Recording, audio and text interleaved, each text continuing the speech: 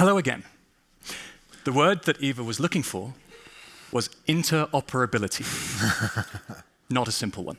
I had to rehearse it a couple of times.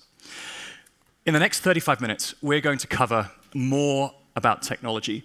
We've had, since probably the last 10, 15 years in Web3, a series of tribes promoting a series of really important pieces of technology. From Bitcoin representing digital value, to Ethereum representing programmability on-chain, and then the number of blockchains that followed. We've seen everybody positioning themselves as having the next best mousetrap, faster, cheaper, greener than Bitcoin, faster, more transaction throughput, specific application functionality, roll-ups, zero knowledge, all of the buzzwords that you saw on screen behind Niccolo on day one.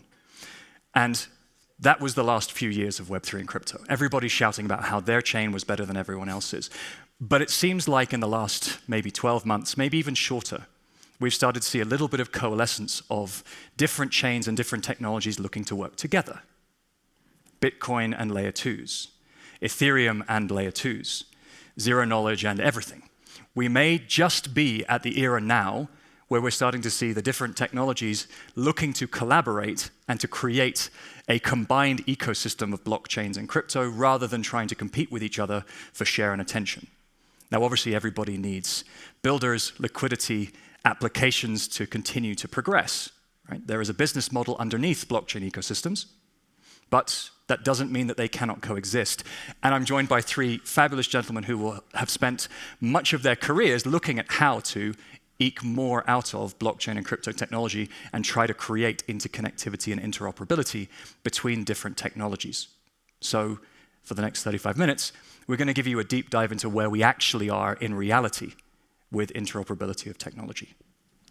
Maybe to get us started, Robinson, if you could give us the context around why does interoperability and particularly scalability matter? Why should we care? Why can't we all have great individual blockchains that continue to push the envelope in their own box? Yep. Why do we need this and why do we need it now? Yeah, when I think about this, I try to simplify why, like the ultimate goal. I think some people will say kind of the billion user number. Obviously, that's a little exaggerated, pie in the sky, et cetera. But I think it's a good benchmark, if you will. And user could be, I think about it as like user could also be a developer, it could be an institution, anyone making some sort of transaction on chain. So we want to bring this billion users on chain. So it actually brings us back to a metric I think we don't view as much now, or we still kind of do, but as an industry, but that I think is really important, which is transactions per second, right? So a lot of scalability, the way in which we solved it as an industry was, we kind of had, and I'm probably going to botch these eras a little bit, but you have 2015, you have Bitcoin, then you kind of have programmability with smart contracts, Ethereum, and then all of a sudden in 2018, you see all these different L1s, right? You see all these different blockchains, these distributed ledgers with the goal of, hey, let's get more transactions per second.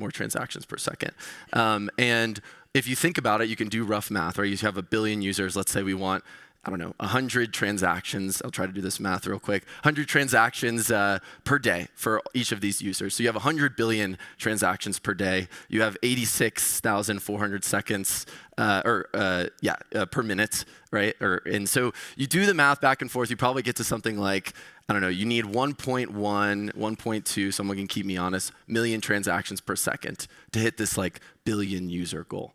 And if we think about it, we look at blockchains today of all the ones we have from this kind of 2018 era of alt L1s, L2s, et cetera. I think the most we've done transactions per second is, let's say, 1,600. I think it was Solana. Solana recently took the cake on that goal. So we kind of created all these blockchains with the goal of scaling to this big number of transactions per second. But in that effort, we actually created a larger problem.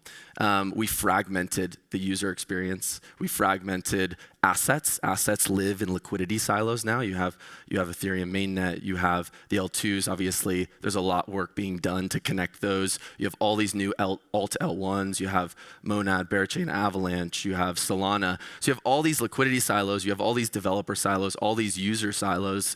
And so a lot of what interoperability, this big word means is like, how do we have all these blockchains solving scalability. Now, how do we connect them so that it's this unified experience? And so Yes, we're kind of like, I think we're on a good path to solving the kind of TPS problem. You know, Solana has FireDancer coming out that they say will do 1 million transactions per second. We'll see. Like I said, they did 1,600 recently, so there's a good bit to go.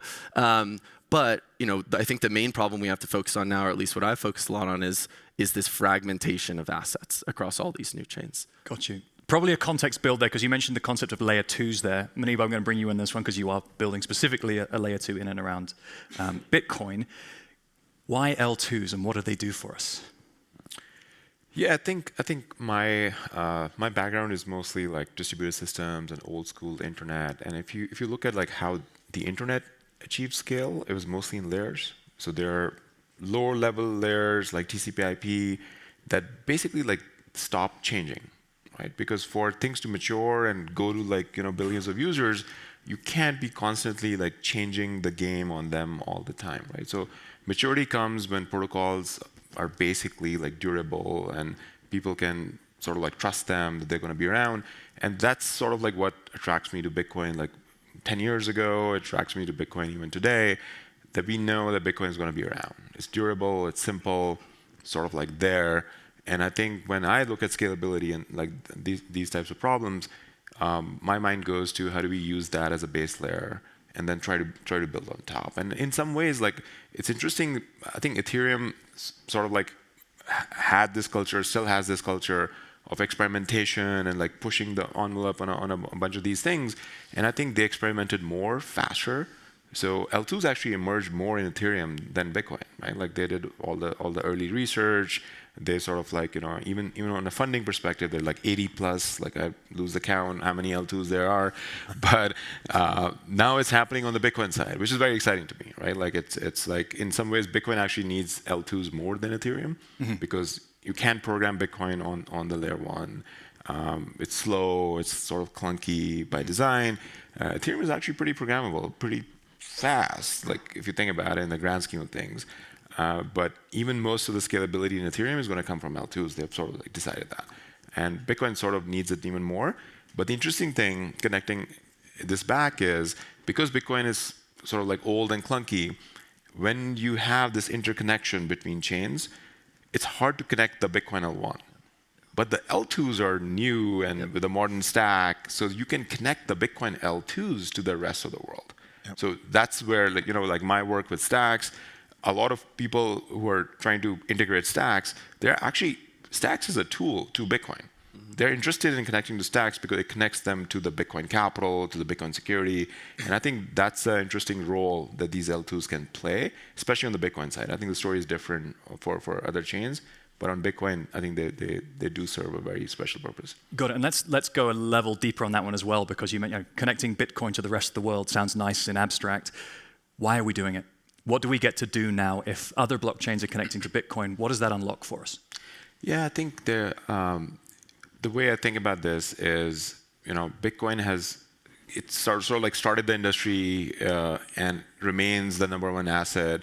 And given the institutional adoption recently, and even at like sovereign wealth funds and other players coming in, let's say that Bitcoin is here to stay. So it sort of like becomes this pristine asset.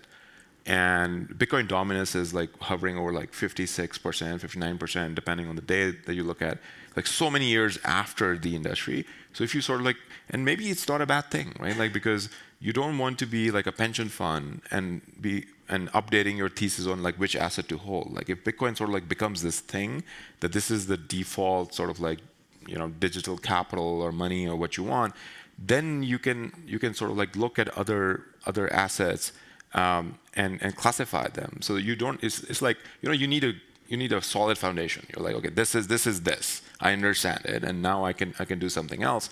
So with Bitcoin, I feel like it already has sort of achieved it, but the next phase of Bitcoin, the next growth phase, is likely it goes from like just passively holding Bitcoin, like even in an ETF or cold storage, however you do it, from Bitcoin becoming productive capital. And people have done this on other chains. Like a lot of ETH is actually deployed. Like you can earn a yield on it.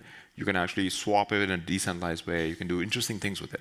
And Bitcoin is lagging in that sense. So I feel like bringing all of that functionality to this asset class is already like 1.5 trillion, 2 trillion, whatever, and only going to grow from here is almost like unlocking a new like environment that people can come and program this capital, and they can do a lot with it. Got it. And because the Bitcoin ecosystem is still relatively nascent, is not as programmable as Ethereum and others, you've got a huge amount of collateral there, right? You've got a huge amount of value locked up, or awaiting yield and utilization and leverage, to then go and apply that into other applications where it might be decentralized finance, right? The blockchain equivalent of what you can do with similar collateral in banks, we can do it in a decentralized way, and we can do it faster, borderless, 24/7 across different other places where applications are being built. David, I'm going to bring you in this one as well, as somebody who has been fairly prolific in building across different ecosystems. What do you look for, or what are you excited about interoperability at this point in time? What are we able to do now that we couldn't do before? Well, I want to start by pushing back a little bit about your statement of billion being pie in the sky. I would actually assert that we're going to get to 1 billion users by the end of this year. I hope. All right. Somebody timestamp that, please. We're going to come back next year and double check. And I'm defining it as people that have a wallet. Yeah. Right. And I draw the analogy to the early internet. If you had an internet connection, you might not be a daily user yet. You might not be sophisticated. You might not be producing a lot of transactions, but you've at least got access to the technology. People humans, or people humans and robots? Good question. Yeah. I'm going to stick with humans for now. Okay, billion humans. We're all going to have a smart agent, but right now, talk about humans. And I think we get there because if you look at the growth, it's been doubling every year. And we're at 500 million wallets installed right now. So this interoperability and scalability thing isn't years out. The urgency is there to solve it right now because the masses are coming. Right? And just to dive into what you're saying about interoperability, I want to highlight some practical aspects, which is Wormhole and Layer 0, right? Wire network, there's other great messaging layers that have emerged, which is sort of you can run a node across all these different blockchains and then be able to pass these messages, right? So that's the practical step that people are taking, is they're using these new tools, these messaging layers, to grow across blockchains. Like you said, a lot of that is easiest with the EVM chains because they're sort of natively programmable. And so we've seen, with a lot of projects, they'll launch on Ethereum, but then very quickly Base and Arbitrum, using Wormhole, they can go to Solana. They can sort of, instead of being in silos, we can finally sort of unite the tribes and bring everybody together. But you're always going to have a network effect in a particular blockchain because, Bitcoin is digital gold, right? It's been designed to be that, right? And that's hugely valuable. But you also need programmable money. On Ethereum, Solana has really gained traction in gaming and speculation and payments, right? So what I think is we're seeing the major players emerge with their specialization, but now that we have this interoperability, we can move across those use cases, and it's cumulatively good. People always have this zero-sum mindset that everything is competition. No, the success of Bitcoin leads to the success of Ethereum, which leads to the success of Solana, right? So in my view, they're massively complementary. Yeah. If you had $1.5 trillion of collateral to spread across 25 blockchains or 100 blockchains, that's good for all the blockchains. No one needs to have all of it all of the time. Absolutely. Let's just double click on that for a second, because again, you went into some examples. What do we have in 2025 or 2024 that we didn't have before, right? EVM as a concept of being able to have applications that can be easily ported to different blockchains was fairly common. But what do we have now? You mentioned Wormhole, Layer 0. What does that unlock for those people who spend less time tinkering maybe than you do? Well, the risk profile has massively improved. So the early days of interoperability were all about bridges, right? You hold tokens on one blockchain. You want to say, okay, I'm going to issue a matching token on another blockchain. But the bridges were very vulnerable. They were effectively, points of failure. If somehow the keys were compromised, then you could lose the backing that represented the token on one chain to another. And so in the last 18 months, the best practice that has emerged is mint and burn. And so instead, you look at Wormhole, you look at Layer 0, you look at these new standards. The last couple of years, it's, no, I'm going to just provably destroy the token on this chain, and I'm going to create a matching one on the other side. And so I have an atomic accounting of the proof every block, right? And I don't have custody sitting on one, hoping it doesn't get compromised for the benefit of the other. Exactly. I'm sure those people who are less familiar with bridging and messaging are probably thinking like, well, you're burning it on one side and it never comes back. How do you know that the other side is keeping up their side of the bargain, right? How are we just constantly burning crypto around the internet, and and we just got to trust that it's working well on the other side? Cryptographic proofs work pretty well. Yes. Indeed. And maybe just to give like a visualization of, I think a lot of interoperability today is in service of assets. I mean, you could argue broader that crypto or blockchains in general are really good at solving asset-related use cases. And when we think about interoperability, something that happened when a lot of the chains, we saw that like kind of explosion of new L1s and L2s, is that you had all this fragmentation of liquidity. So like if you think about the thought exercise for a second, and there's a really good tweet about this from Georgios from Paradigm, where it shows USDC, which maybe most people are familiar with, and there's 5 different USDC versions in one wallet that aren't fungible with one another. And maybe like another visualization of this could be if you go into your bank account and you see 5 different versions of Swiss francs, and they're all denominated by the bank they were originally wired from, right? And they're not fungible. And so that was not so long ago that happened. And Circle solved it in their own way, right? They solved it in more of a centralized fashion. But Circle is one of thousands of asset issuers. Any builder today is actually inherently an asset issuer. You need a token to incentivize this decentralized economy, these ecosystem participants. So you have all these builders building applications that also need tokens. And now we live in a world where you have to be on all these different blockchains. You want to get the BTC liquidity on Stacks and be there. You want to be where maybe the users are on Solana. So how can you be there in a secure way and not fragment your liquidity everywhere? So with Burn and Mint, and actually the aggregation of some of the top interop providers, like your Layer 0 and Wormhole, for instance, this is something that's going on with PayPal as an example. You create a safer verification mechanism cross-chain, and then you're burning and minting into one standard. So you don't have 5 USDCs, you have 1, because the reason you have 5 in the first place is because each kind of bridge will create their own version. And so I really think it's a step function improvement in interoperability and in the ability for these tokens to move cross-chain. If you think about it, the user experience is so much better. You shouldn't have to see 5 different Swiss francs in your bank account and figure out, okay, how you have to swap them, take slippage, like figure out where markets are, et cetera. So I am really excited about like assets in particular, and I think the interoperability piece is close to being solved, if not solved. Muneeb, I want to bring you in on this one here because it seems like there's been a little bit of a rush towards the Layer 2 movement on Bitcoin in recent times, at least in terms of visibility and marketing. Why now in terms of Bitcoin Layer 2? In reality, you've been building for a lot longer, but why does it feel like all of a sudden Bitcoin now has L2s, whereas before we were very happy with Bitcoin just being Bitcoin? I think it's a great question, right? Like it's almost like I think there are different eras in Bitcoin where early on, like when I started, like 2013, like pre-Ethereum, I do think there was a developer culture on Bitcoin. Like people forget, but NFTs were invented on Bitcoin with Counterparty. Even ICOs were invented like with colored coins, and stable coins started. Like Tether actually started on Bitcoin. Most people don't remember that. So a lot was happening on Bitcoin pre-Ethereum, and then I think the sort of like developer focus shift, because Ethereum was just a better tool, like more programmable, very welcoming to developers and so on. So I think this Bitcoin renaissance in the last couple of years, I would say there are a couple of factors. The most important ones are, one was I think people started tinkering with Bitcoin L1 to the extent that the fees started going up. So it's like Bitcoin L2s were more like vitamins that you should take, but nobody really does. This is a medicine to a real pain point, right? Like Bitcoin fees are going up by a lot, like 500x, like at the peak of it. And so when fees go up, people look for solutions, right? And L2s were sort of there that, hey, this highway is getting congested, and here's another one. It's faster, cheaper.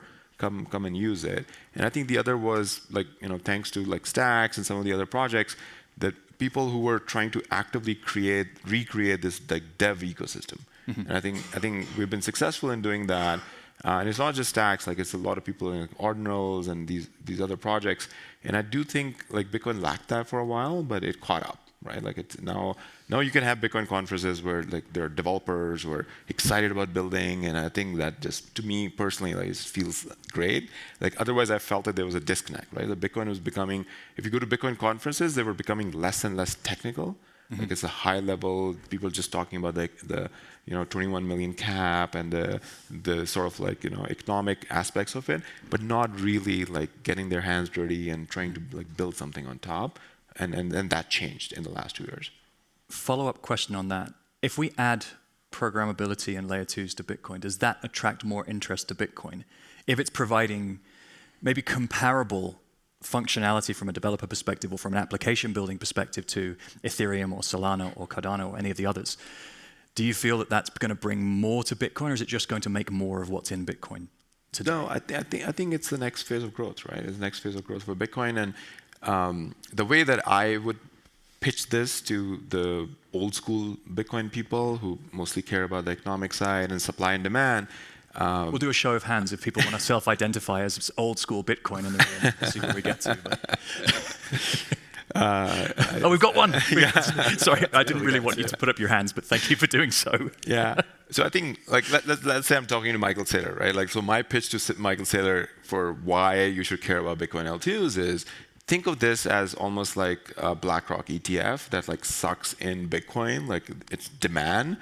L2s are like that. Like they're already, I think there's like 60,000 BTC deployed in L2s already. That's like $6-7 billion.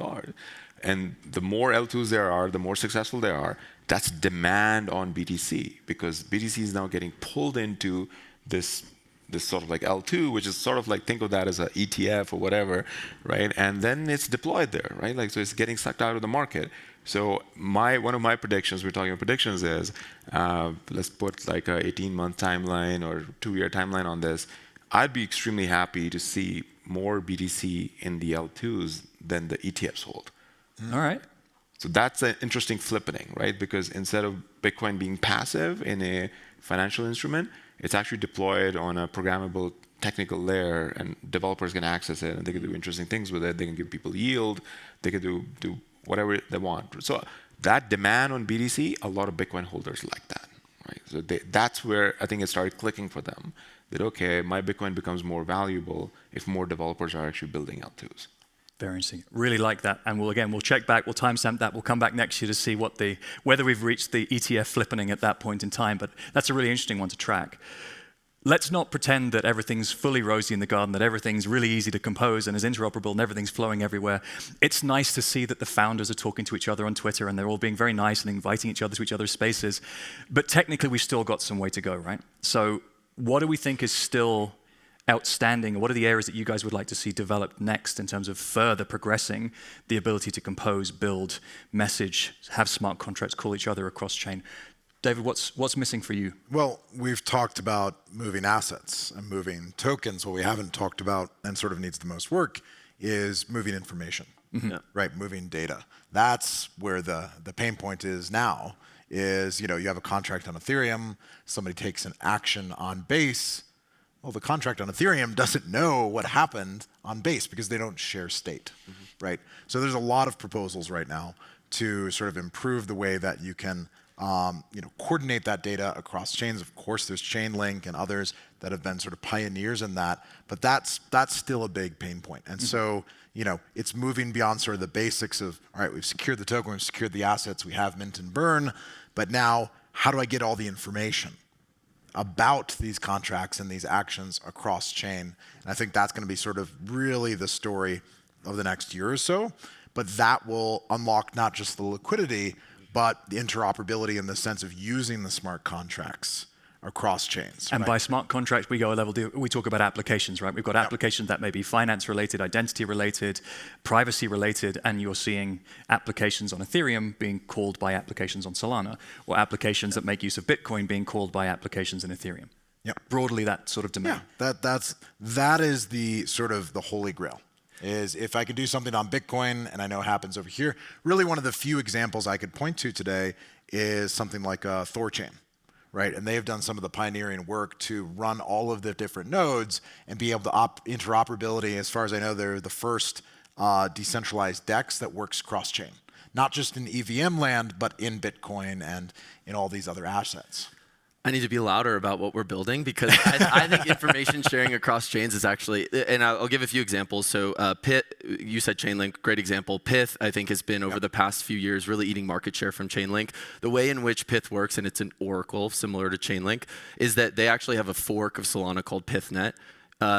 Financial institutions can publish data on PithNet, and then Wormhole actually picks that data up and sends it to 100+ chains. And so it's when you think about it from just a pure business perspective, Pith can rely on Wormhole as this like extension or provider. They do not have to, they do deploy 1 or 2 contracts on each of these chains, but they don't have to go through all of the work to connect to effectively 100 different chains, right? They can just rely on one provider, and then they're literally their value prop over Chainlink is how fast they can get a price feed up, right? Yeah. Largely due to having this ability to share data very fast. And another example is World ID. World ID is is on Ethereum. The data, your identity, your iris that's scanned and put on chain is on Ethereum. But today they use message passing. So if I'm on Solana and I'm an application on Solana and I want to use my World ID on Solana, you can do that via sharing the data. But to answer your question about like where it's not all rosy, I think one thing that'll be interesting to watch is there are still, I kind of view, I have a mental model, I'm sure we all do, of like all the different blockchains, the app chain networks, et cetera. There's still a big fragmentation in the message passing or the TCP/IP, if you will, because there's an economic incentive for there to be winners. And so I'll give some examples like the Polkadot ecosystem, right? They have their own message passing. Wormhole's its own message passing. Layer 0's its own message passing. There's message passing between settlement, ETH mainnet and the L2. There's Cosmos uses IBC. So there's still all of these standards. And I think one thing we need to figure out is either the interoperability protocols are interoperable with themselves, or there's some sort of aggregation, which I think will likely happen, where you have a contract standard, and then the verification is aggregated. So you use layer 0 aggregation, you can use IBC light clients, you can use ZK proofs, et cetera. So that I think is still needs to be figured out. You almost have these app chain networks that acts as like their cities that you drive around in, and then the Wormhole's layer 0s are like the highways to get in between the cities. When we had the Mika session yesterday, or the kind of the regulator collaboration session, they talked about having corridors, right? Saying we're not going to get to universal standards. We might get some universal principles, but we're never going to have 180 nations agree on exactly the same standard, because in those models, somebody has to compromise at the benefit of somebody else. And at this point, we're not quite there. So we've created some corridors, right? And the layer 0s and the Wormholes of the world are opening up some of those corridors, but we still have a series of disparate corridors. And why does it matter? If we think about, again, everything is in service of assets, that adds some sort of fragmentation that has to be solved and usually incurs some sort of fee, right? You're either pooling liquidity and then there's slippage, or you have to go from one standard to another, and that incurs some gas fees. So the more complexity you have, the less ideal experience it is for a user, but more importantly, an institution who really cares about those lower fees, et cetera. Muneeb. I think this is something I would love to like add a little bit more on. I do think we talked about there are all these different chains, and I love the analogy of like cities, and Wormhole is like sort of like connecting them.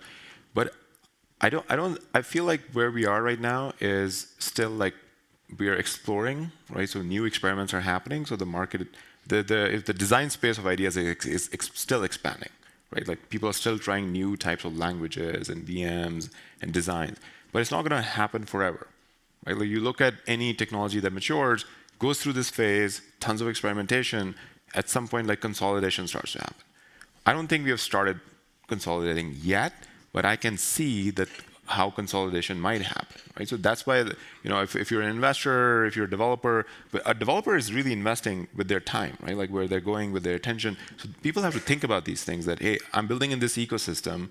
Is it going to be around 5 years from now or 6 years from now, right? Or people dedicate their time or money to certain categories. Like Wormhole is actually a pretty interesting example, because in a way, you're not taking a bet on what type of ecosystem may or may not survive. you're taking a bet on like there will always be a need for them to talk to each other, right? So there might be competitors, like different type of standards, and standards like, they don't get decided in standard bodies. I believe they actually are bottom up. Like whatever people end up using, whatever developers end up using is a thing that's gonna sort of like become a standard. So I think it will be interesting to see how consolidation happens. There are certain things that are more clear, like the reason why I personally feel comfortable remaining in Bitcoin land. It's very hard for me to imagine that there is this industry 10 years from now without Bitcoin, right? So that is like, just like, it's easy to imagine there will be some standard through which these other, whoever survives consolidation, they will still talk to each other. There'll be some standard. So I think when you think of a wormhole, there's like, okay, maybe it's wormhole, maybe it's something else, but at least something is going to be there, right? Same with Bitcoin. Like, I feel like, okay, Bitcoin is probably going to be there. There will be some L2 that actually makes Bitcoin programmable. Maybe it's stacks, maybe it's something else, but that's another framework, right? Like, there will be some L2 that is the interface to Bitcoin. So I think people can start building these mental models, like same with Ethereum and EVM is so much like out there. You would imagine there's some version of the EVM that sort of becomes a standard in a way.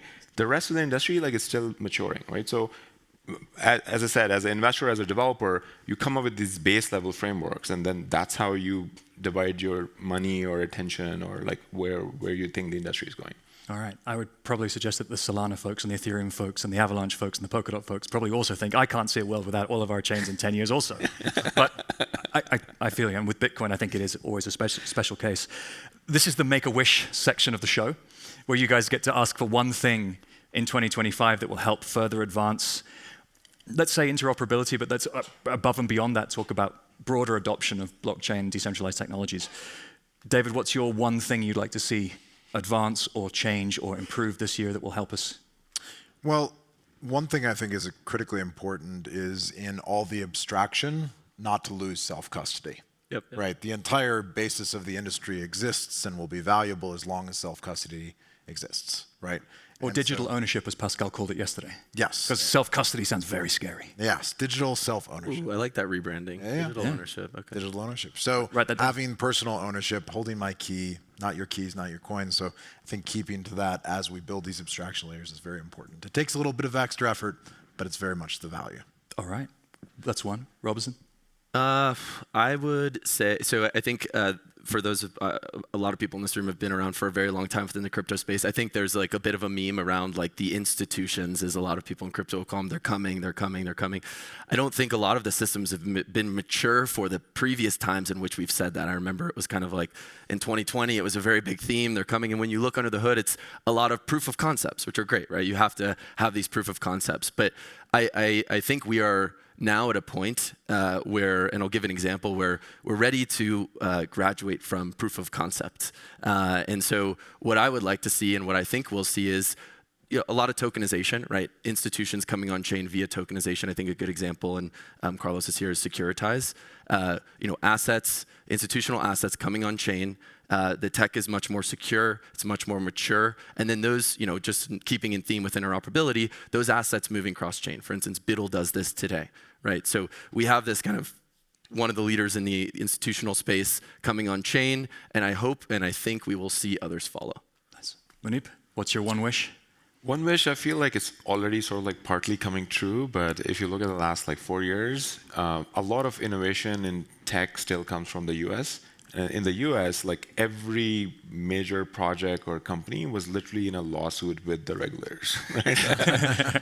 and so I feel like that's not a great, healthy environment, right? So my wish is that the regulators actually, start changing their behavior and have a very productive, healthy environment for. Or maybe one regulator in particular, which I think, broadly speaking, we're all on the same page and on a good direction of travel. And if I were to have one just to close out, I think it's probably, let's not forget about the concept of privacy. Right? Blockchains are, by design, transparent, visible, open. But if we want that institutional adoption, if we want to see more widespread usage of these applications, trying to find a way also to enable data protection, compliance, selective disclosure, concepts that are very familiar in the traditional finance, institutional, even enterprise world. If we're expecting those enterprises, and I've been at this since about 2017, talking to big businesses, they get blockchains, they love it, but putting all of our data on chain publicly for people to see, Feels a little scary, but there's already lots underway. We're at time. Thank you, gentlemen, for joining us. Thank you for being an excellent audience. Thank you for the show of hands midway through. I appreciate all of the Bitcoin OGs out there. And Eva, back to you. Thank you, guys. Thank you. Thank you so much.